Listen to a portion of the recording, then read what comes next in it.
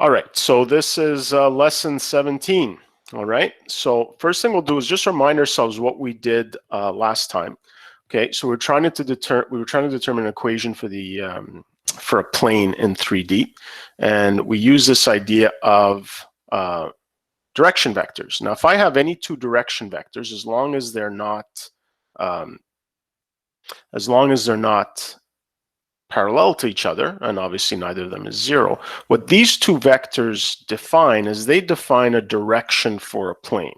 Okay, so here, there you go, this plane, I can place these two vectors and they work as direction vectors for this plane. But because vectors are movable, so as long as I keep the same direction, if I move them up, I realize that, oh, this plane is also defined for using these two direction vectors. Okay, so that's why the direction vectors themselves weren't enough. We needed a specific point on the plane to say it's this plane as opposed to this parallel plane. All right, so we did that. We came up with an equation that was very nice because it used the idea of basis vectors that we brought up from our 2D Cartesian plane. And we were able to recycle the idea that we had used for the equation of a line, this idea of using, direction vectors, except instead of needing just one, we needed two. Okay, what was the less convenient part of how we defined the equation of a plane? What was that thing that we said was not quite as user-friendly as we might like it to be? So what was the issue with defining a vector equation of the plane? There are so many different equations that you could make. There's too many possible solutions. There you go. Because forget about the point. I mean, obviously there's lots of points you could use, but these two vectors are direction vectors. These two vectors are direction vector. Those two vectors, you have so many different direction vectors that look very different, okay? And I'm just even sidestepping the whole, figure out what two planes are equal to each other.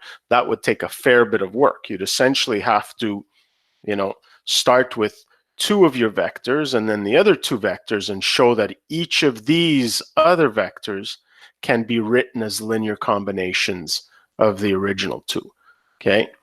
It would just take forever. In fact, we're going to see one of our examples here is going to be to determine the x-intercept of a plane given using the vector equation. And we're going to see that even just a simple thing like finding an x-intercept is going to take a fair bit of work. Okay, so this is kind of to convince you why it's a good idea to consider an alternative.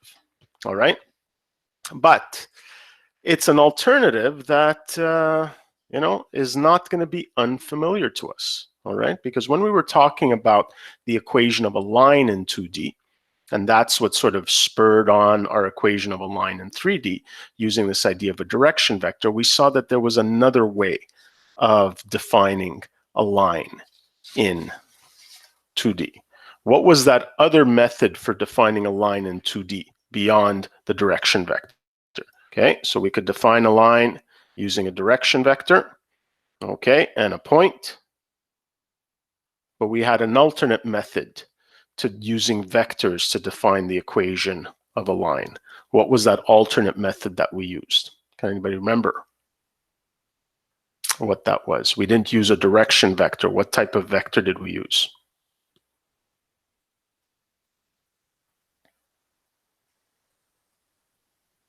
There we go. We used a normal vector. So we said, well, in terms of the direction, meaning kind of the steepness, of the line, this direction vector, okay, defines any line with that direction. Okay, we obviously also needed the point, but we saw that there was another vector we could use, this idea of using a normal vector, a vector that's perpendicular to the line. And that allowed us to define a particular direction. All right. So the idea here is, can we upgrade that when we're working with a plane? Okay, so if I take, and again, this is a bit tough to show you this using a document camera, but try to use your imagination here. So if I have some vector here, okay, well, when you think about it, how many planes would be perpendicular to this vector? Well, there'd be infinitely many planes that are perpendicular to this vector, but they'd all have something in common. So if you check here, this vector is perpendicular to the plane, all right? But in order to come up with another plane that's also perpendicular to this vector, what would be the relationship between a second plane that was also perpendicular to this vector?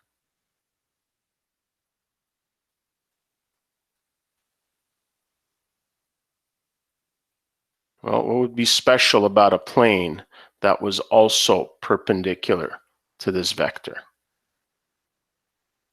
Can somebody see what it would be? Well, it would have to be a plane that's parallel to this other plane, okay?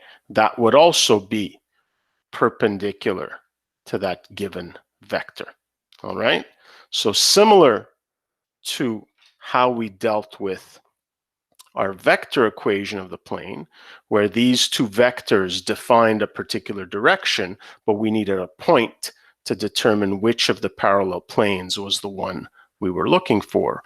We're going to need the same thing here, is we're going to need a point on our plane, okay, say x naught, y naught, z naught, okay, and we're going to have a vector that's perpendicular to this plane. This is what we're going to use to define all the other points on this plane. So if we try to remember how we did this for the equation of a line in 2D, okay, what did we relate to this vector normal to the plane? What did I use on the plane to relate to that normal vector? So remember, this normal vector is perpendicular to this plane. So what else would it be perpendicular to?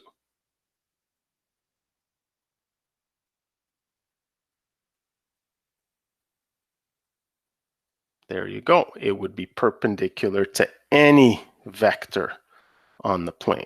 So if I create a vector from this known point to some unknown point or general point on this plane, well, that vector would be perpendicular to the normal vector, okay?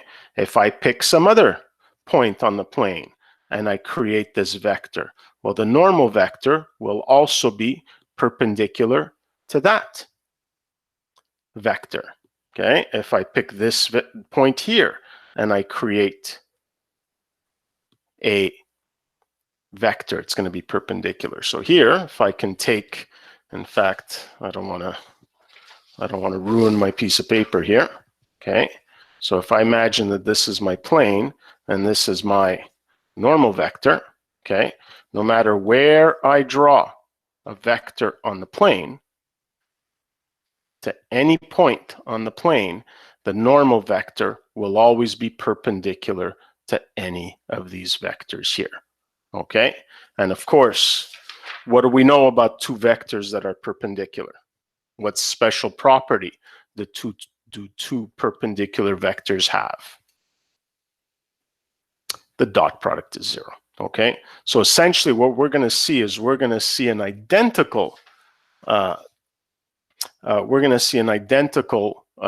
development as we did for what we called the Cartesian or scalar equation of the line in 2D. Except here, it's going to be the Cartesian equation of the plane.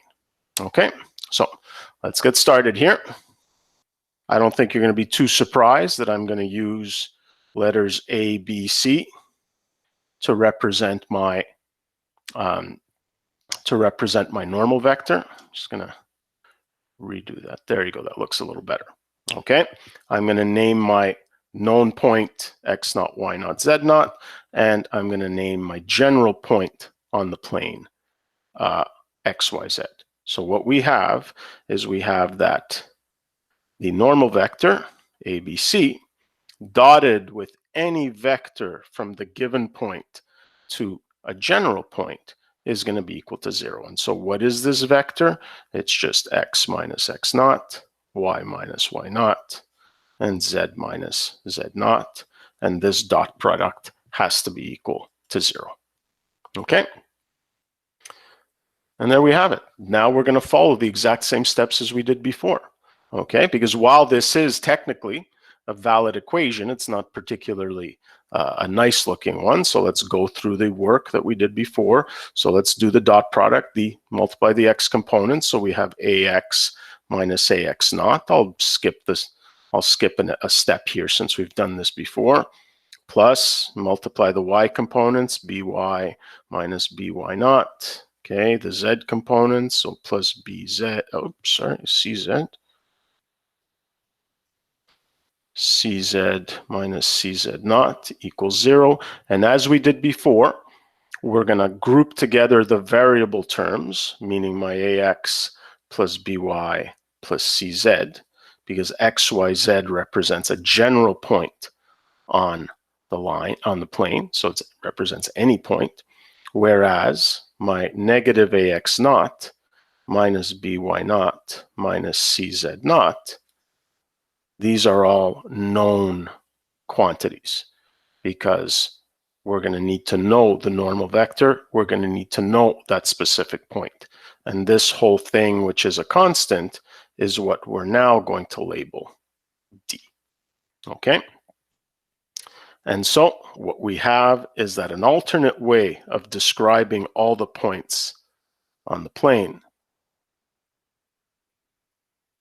is given by, again, what we call this Cartesian or scalar equation. Okay, so this is the Cartesian equation of a plane. Okay, but what we're going to see is that similar to what we had with the Cartesian equation of the line, there is only one. I mean, technically there's more than one because you can multiply both sides of the equations by 2, 3, 1/2, 1/3, but the idea is you want to keep it in simplified form. But this now creates an equation which is much more user-friendly than what we were using before. So regardless of who's finding the equation, regardless of what normal vector you use, because clearly there's tons of normal vectors, they're all going to be parallel to each other. Doesn't matter what point you use on the plane, everybody is going to come down to the exact same equation. Okay? And not only the exact same equation, but you can sort of see there's I would say an equation that's a fair bit simpler than our vector equation. All right? So now you might sort of ask, is there any point to the vector equation of the plane? And the answer is yes. Okay. And when I kind of sort of wrap together, because I'm going to give you a little preview that at some point we're going to see how these disparate parts of mathematics, calculus and vectors, actually come together at a certain point. Okay. And we'll sort of see how that vector equation of the plane might be useful for us in that context. Okay. But to be honest with you, most of the time we're going to be dealing with the Cartesian equation of the plane. Okay, so it's very important to remember that this vector ABC is normal to the plane. It's a normal vector to the plane.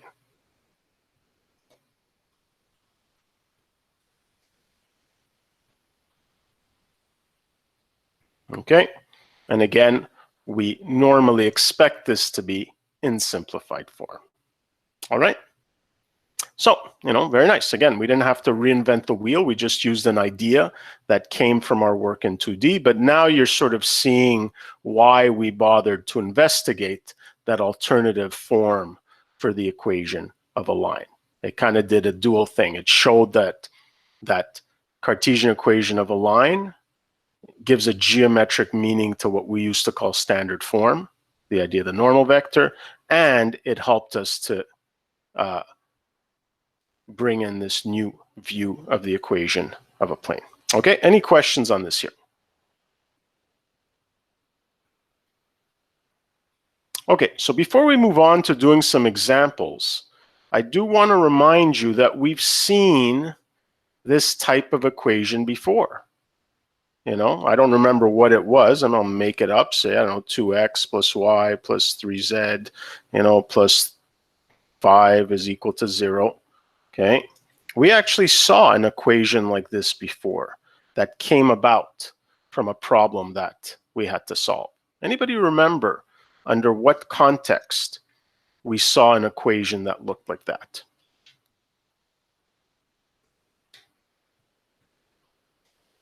Was it the one where we were trying to find the points equidistant from 2 points? Exactly.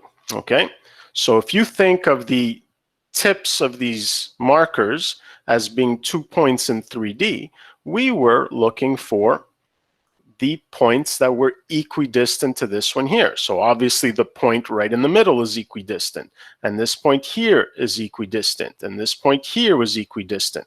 So some people predicted that it might be a line, but then you realize that if I move upwards, points up here, points down here would also be equidistant to the line, to those 2 points.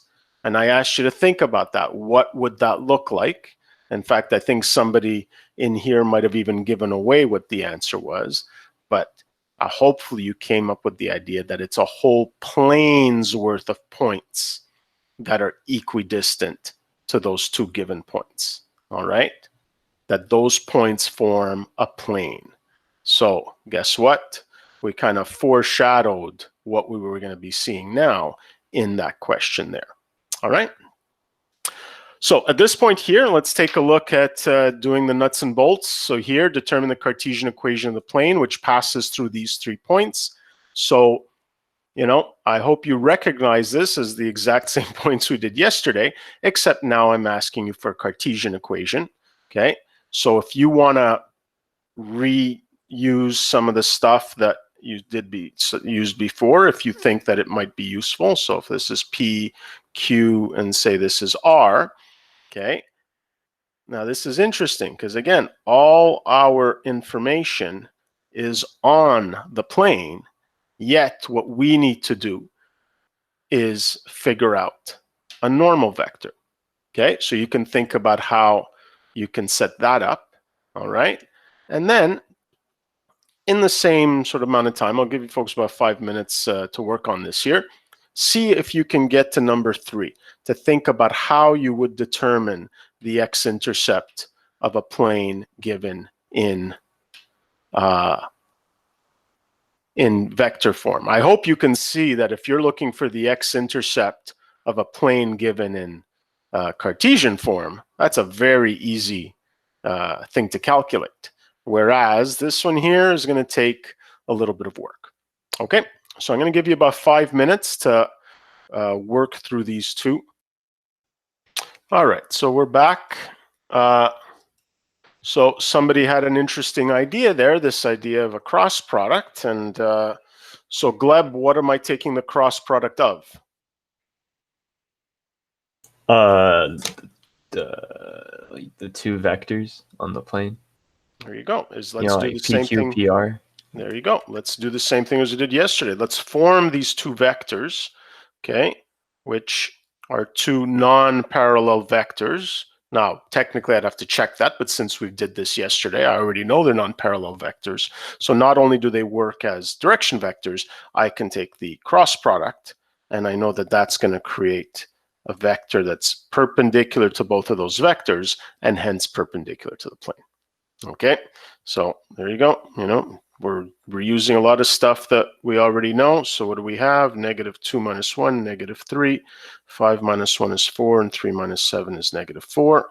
And then we have, I guess, PR. Might as well do that. So what do we have? 2 minus 1 is 1. -2 minus 1 is -3. And 4 minus 7 is -3, right? Okay, make sure you're checking my arithmetic here. So -3 and 1. So what do we have as a normal vector? Well, that looks like -12 minus 12. So -24. Here, what do we have? We have -4 minus 9 is -13. And then what do we have here? We've got 9 minus 4 is 5. Okay. Now, given what we said about, Cartesian equations of lines, might we want to use a different normal vector? Okay, what might we consider when we're choosing what type of normal vector we want to use? I would say there's something that we definitely want to consider, and something that's, I guess optional, but some people think of it as being conventional. What do you think I'm talking about here? Yeah, simplified. Okay, so in terms of it being simplified, well, it already is, because there are no common factors of these three numbers. But this is the convention that's not quite as strict, but very often people tend to prefer a positive coefficient for x. Okay, so if I label this n1, nothing stops me from using 24, 13, -5 as my vector, normal vector. So like I said, that's one that I'm not as picky about, but might as well, since we thought of it, might as well do it. And so now that I have a normal vector and I've got, well, 3 points, do I have to go through this whole rigmarole? Is it necessary to go through this whole process every single time? Any suggestions that might allow us to avoid having to go through that whole process?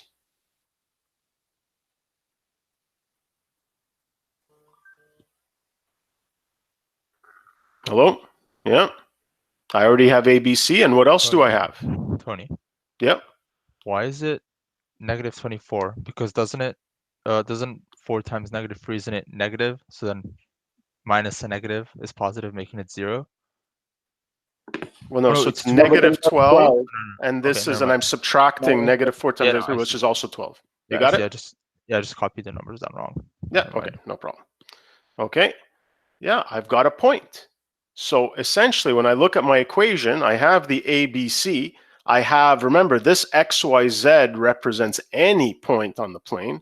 I can take one of these points. The only thing left is the D. Okay, so similar to what we did before. So, pick your point. I'm going to go with this one here. It looks like the simplest one. So now I just take my equation, AX plus BY plus CZ plus D equals 0.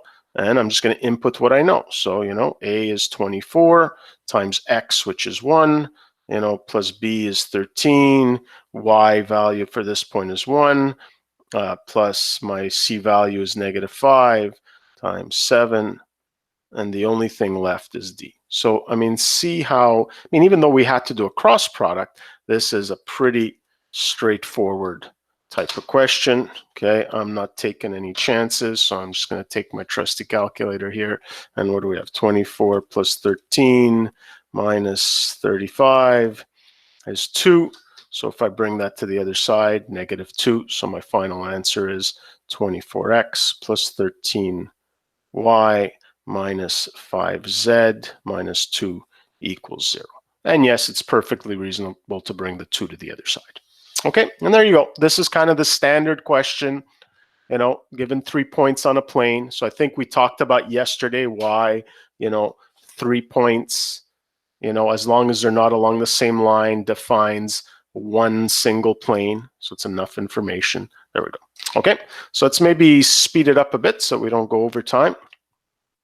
All right, so I'm looking for, by the way, any questions on this here before I before I move on, I should ask. Okay, so again, as with any object that you're trying to find the equation of, you got to ask yourself, what are the things that I need? Yeah, that's what I was saying, is it's reasonable to bring the 2 to the other side and have it equal to 2. Okay, so anytime you're solving a problem where you're looking for the equation of a particular object, you ask yourself, what are the things that I need? When I'm looking for this vector equation, I'm looking for 2 direction vectors and a point. When I'm looking for the Cartesian equation, I'm looking for a normal vector and a point. What do I need to do to obtain those things? Okay, so this next question asks me to determine an x-intercept. So at some point, presumably this plane crosses the x-axis. What is special about you if you live on the x-axis? your y and z are 0. Yeah, it's the y and z that are 0. Okay, so the y, you're not going up or down in the z direction. You're not going left or right. Yeah, no problem.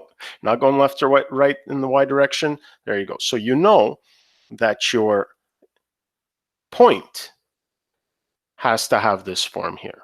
And so that's what you do. You just, input that for, your vector to your given point is just going to be a0, 0. And that's equal to, 1, 2, 5 plus s times 7, 4, negative 5 plus t times negative 3, 6, negative 5.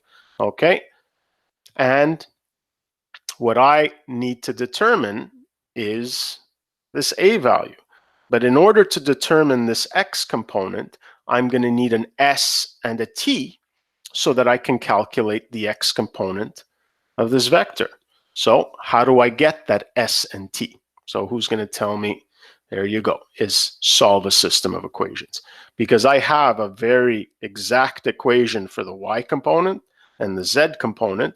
I know that the y component is equal to 0, and on the right-hand side, I can write the equation using the y components, 2 plus 4s plus 6t. And then what do we have for the z component? 0 is equal to 5 minus 5s minus 5t. And lo and behold, we have a system of equations. Okay? So here, so by the way, I hope you're already starting to see how much time this is taking. Okay? So I guess I'm not going to add them quite yet because I don't have the same coefficients. So I'll multiply by 5, multiply by 4. So 0 is equal to, I guess, 10 plus 20s plus, 30t. And then here 0 is equal to 4. So 20 minus 20s minus 20t. And now let's add, those go. So we end up with 30. And what is this? Plus 10t. So t is equal to negative 3. Okay.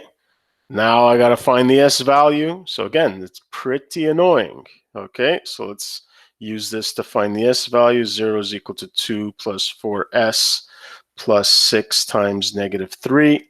So what do we have? 2 minus 18 is negative 16.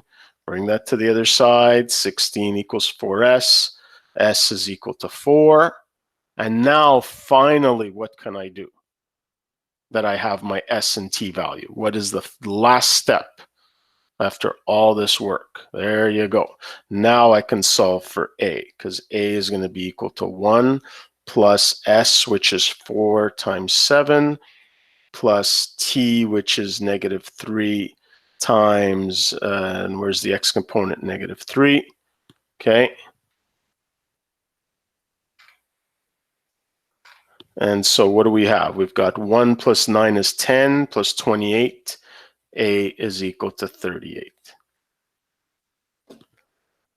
What would you do here to find the x-intercept?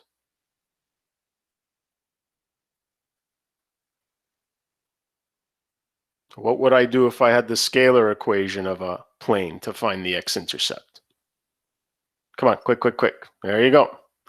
Plug in y and z equal to 0, solve for x. Look how much simpler that is. Okay. So right away, we're starting to see the advantage. And we're going to see later on the types of questions that we're going to be solving. Holy moly, it's going to be way better to work with the Cartesian equation. Okay? Any questions on this stuff before we move on?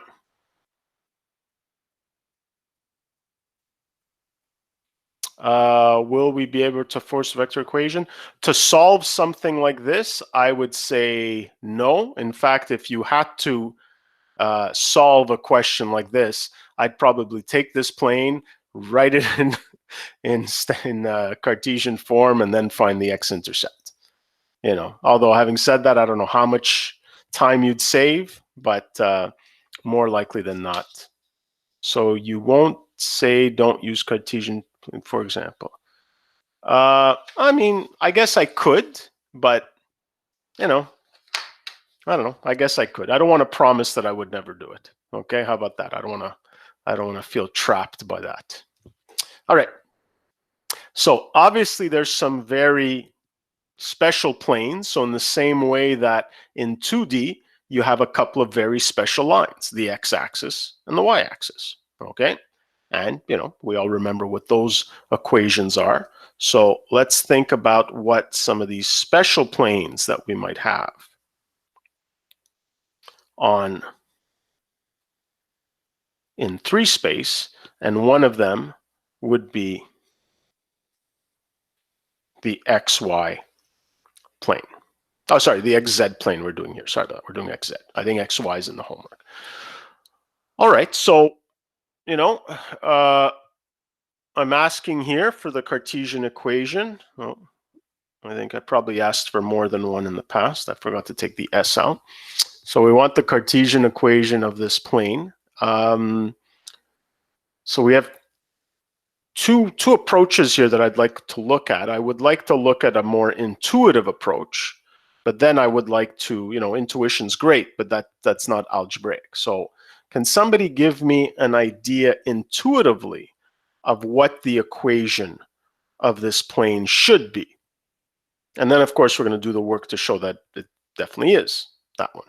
So what's, help me out here. What should the equation of this plane be equal to? Think about what's special about it. There's something special about all the points on this plane.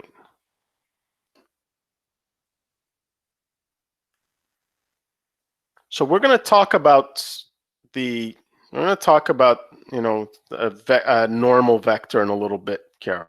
Okay, but when you think about it, the one thing all of these planes have in common is that the y value has to be equal to 0. You can have any combination. There's no restrictions on the combinations of x and y components as long as the x and z components, as long as the y component is equal to 0. You know, that's sort of similar to when you're on the, say, x-axis. What is special about all the points on the x-axis? The y value is equal to 0, regardless of what x is equal to. So the conjecture is that this equation should be y equals 0. Okay, but we should do this analytically. So if I have my coordinate axes, so I'm looking for this plane here, the xz plane. Can somebody give me a real easy normal vector to that plane? What's a really easy normal vector? Well, the direction of the y-axis, but yeah, we're looking for a normal vector, so you can use anything along the y-axis, but hey, I kind of like that idea. Why not use the easiest vector along the y-axis? Let's just use 0, 1, 0. So the normal vector here will just be that vector j. Okay. Anybody want to give me a nice easy point on the xz plane? There you go. Let's just go for the easiest point of them all. Let's go for 0, 0, 0. I mean, I could have taken 2, 0, 17, sure, and I should get to the exact same answer. So if somebody wants to play with that, they can. Let's just do that here. So again, as we did before, you know, ax plus by plus cz plus d is equal to 0. And I'm going to do what I usually do. Like a is equal to, well, in this case here, it's 0 times 0 plus my b value here. Oh, that's equal to 1. But the y component is equal to 0. Okay, plus c. There you go. 0 times 0 plus d. And lo and behold, d is equal to 0. So what's the only thing we have left? Well, 0 times x plus 1 times y plus 0 times z plus 0. And there you go. That was the correct answer. Okay. So while our intuition is certainly useful, makes us feel better, makes us feel like things make sense, in the end, we really should be doing it algebraically. And here now, hopefully you can see that, you know, even if I had picked as my point 5, 0, 17, when I input this into the equation, I would have ended up with the same result, because I'm taking that 5 but still multiplying it by 0. I'm taking that 17 but still multiplying by 0. Okay? So I'm going to give you a minute to quickly, not a minute, sorry, because I'm going to give you these two questions. Okay, so again, I want you to do the same thing for a very similar plane. It's going to be parallel to the XZ plane, but clearly it can't be the XZ plane because it doesn't pass, you know, y is not equal to 0. So find the equation of this plane. And then here, you know, this is a similar question to what we saw yesterday involving a line and a point. But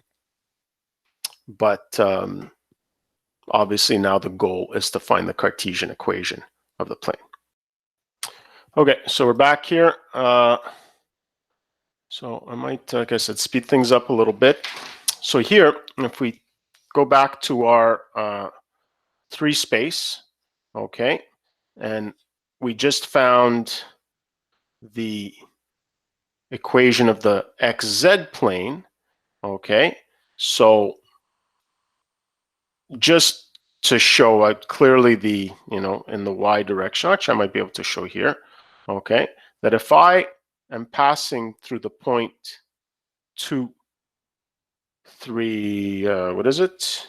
2, 3, 3, it must mean that the y component, okay, of all these points must all be equal to 3 because it is parallel to this plane, okay? But if I look at my point, I see the y value is 3. So that means all y values must be equal to 3 for points on these planes. So again, intuitively, what do we expect our equation to be equal to? So quickly, somebody tell me what we expect it to be equal to. There you go. You expect it to be equal to y equals 3. But again, if we just sort of check, now because these two planes are parallel, we can use the same direction vector. By the way, I could use 0, 5, 0 if I wanted to, but I might as well use something simpler. Okay, but now if I use my point 2, 3, 3, and I think we'll see very quickly that we'll have something very similar to before, except that d value won't be 0. Because I still have 0 times whatever the x component is. But now I've got 1 times, not 0, but 3. And then here, 0 times whatever the z component is, doesn't really matter. And so here, what do we end up with? We end up with d equals -3. So that means our equation is y minus 3 equals 0. Or of course, we can just bring that to the other side, and we get y equals 3. So very similar to what we had with horizontal and vertical lines in 2D, we have something similar in 3D when we're dealing with planes that are parallel to either, you know, the XZ plane. You can imagine something similar for the YZ plane and so on. All right. So here, again, who can just give me a quick rundown as to what I would be doing to solve question 6? And this is probably easier if you say it out loud instead of having to type it out. So who'd like to, maybe be great to hear from somebody different, maybe somebody who hasn't spoken. Who can give me a quick rundown of what we'd have to do with number 6?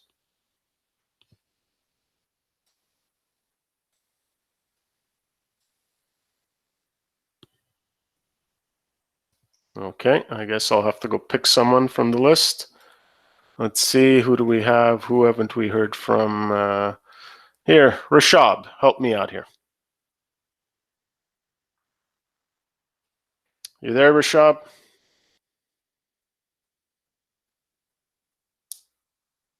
Everybody's nightmare. Okay, let's go for someone else. Let's see who else we've got. Let's see. No, heard from Ali. We haven't heard from you in a while. Ali, help me out.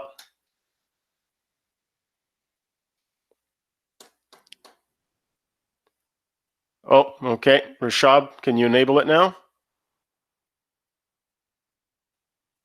Yes, no? Okay.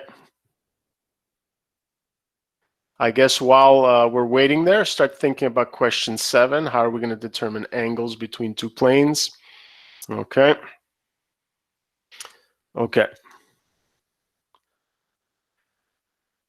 Okay, folks, this is taking too long, so I'm going to just do this here. So here I've got a line, and similar to before, all my information is on the plane. Okay, so the idea here is if I want to find a normal vector, I'm going to need two vectors on this plane. So the first thing I'm going to do is, why don't I use the direction vector of my line? Okay, that'll be one of my vectors on the plane. So here we see that we've got -3, -2, and when I just have z equals 3, that must mean that the z component of my direction vector is just 0. Okay, and then similar to before, why don't I use the vector joining, as long as this point isn't on the line, so I'm going to have to hope it's not on the line. So let's take a look at what this point would be. Well, it would be 4, 0, 3, and then of course we're given the point -2, 1, 5. Okay, so let's take that second vector and join these 2 points. So -2 minus 4 is -6. 1 minus 0 is 1. Yep. Sorry, where did the 0 come from in the z of the m vector? Yeah, so here, remember how we get to these equations, okay? We have, so this should have come up at some point earlier on. So it's, I've got z equals z naught plus ct, okay? And then we would have solved for t, right? This is how we get. Well, Right, if right. the c value is equal to 0, this whole term disappears. So you can't solve for t because of that Okay. 0. So we Oh, just I put, see. there you go. So Right, that's cool. why when you just see z equals 3, what that indicates to you is that the z component is equal to 0. Okay? Okay, yeah, All thank right. you. And then here, what did we have? 5 minus 3 is 2. Okay. And now let's take the cross product here. Okay, so let's see what we have. So we've got -4 minus 0 is just -4. Here we've got 0 minus 6 is -6. And then here we've got 3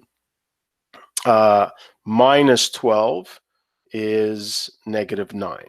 Okay, is that correct? Check my algebra here. Okay, but you know what? I don't feel like using -4, -6, 9. If I can use, so I'll call this N1, if I can use 4, 6, 9, I like that better. Okay, and so now we can do what we did before, stick in one of these points and solve. So we have a is 4 times x -2 plus 6 times 1 plus 9 times 5 plus d equals 0. So what do we have? We have -8 plus 6 is -2 plus 45 is 43. Bring that to the other side. So -43. So our final answer is 4x plus 6y plus 9z minus 43 is equal to 0. Okay.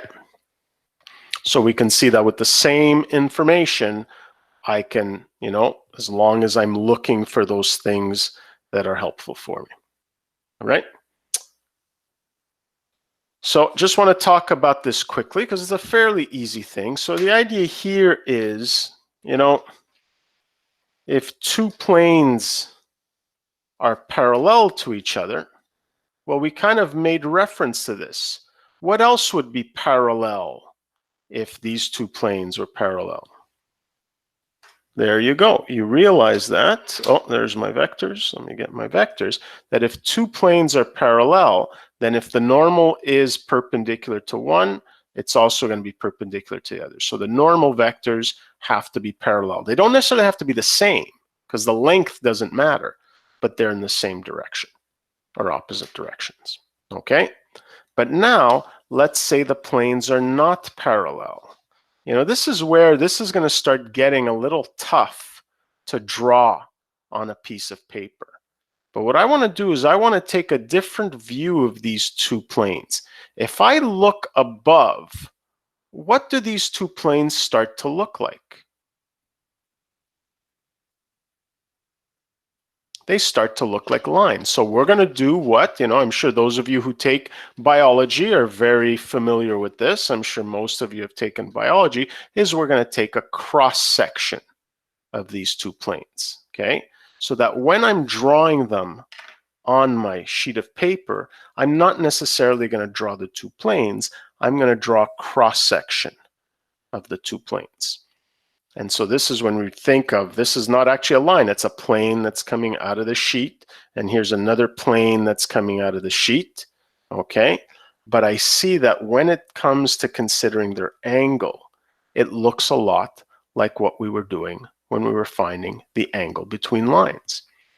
But again, I don't want to work with the vector equation. I'd like to work with the Cartesian equation, in which case I'm going to have the normal of one plane and the normal of another plane. And look what we can do. We can make the exact same argument as we made in the past. If this is the angle between the planes, well, let's take a look at this right angle. This must be 90 minus theta because they're complementary. And now let's look at this right angle. If that's 90 minus theta, this must be 90 minus theta, which is just equal to theta, meaning that the angle between the normals is the same as the angle between the planes. But of course, what happens if I had used this normal vector and I ended up with an obtuse angle? How do I deal with the fact that I might accidentally end up with this angle here? Well, as we did before, we're going to assume that the angle we're going to use is always the acute one. So we're always going to subtract from 180. Very good. 180 minus phi if we end up with an obtuse angle. So here, determine the angle between the planes. Very easy. Just take n1, your first normal vectors, 2, 3, -1. Your second normal vector is just -1, -4, 3. And what is the most efficient way of determining the angle between these normals? The good old dot product. So n1 dot n2, if you want to see the solutions, it's written out, but I'll just do it quickly here just so we can get going. So let me find the dot product. So that's -2, okay? 3 times -4, so -12, and then -3 is equal to the magnitude of the first, which is 4 plus 9 is 13 plus 1 is 14. Okay, times the magnitude of the second, so that's 16 plus 10 is 26 times cos theta. Okay, so what's going to be my angle? Okay, so right away I can tell that it's going to be obtuse because I see a negative number. So what do we have? -2 minus 12, -14. We have -17. Oops, forgot the cos inverse. -17 divided by, open up a bracket, square root of 14 times square root of 26. And we get 153. Okay, but of course the angle that we're looking for needs to be acute. So 180 minus 153. So what is that? 60, so 27 degrees. All right. So what we have is two ways to imagine the equation of a plane, okay? With the second way, likely the one that we are going to prefer to work with, okay? Especially, for example, in a question, say, about finding the angle between the vectors. So we're going to see that working with the normal is going to be much more efficient than working with the direction vectors. All right, so that's the end of the lesson.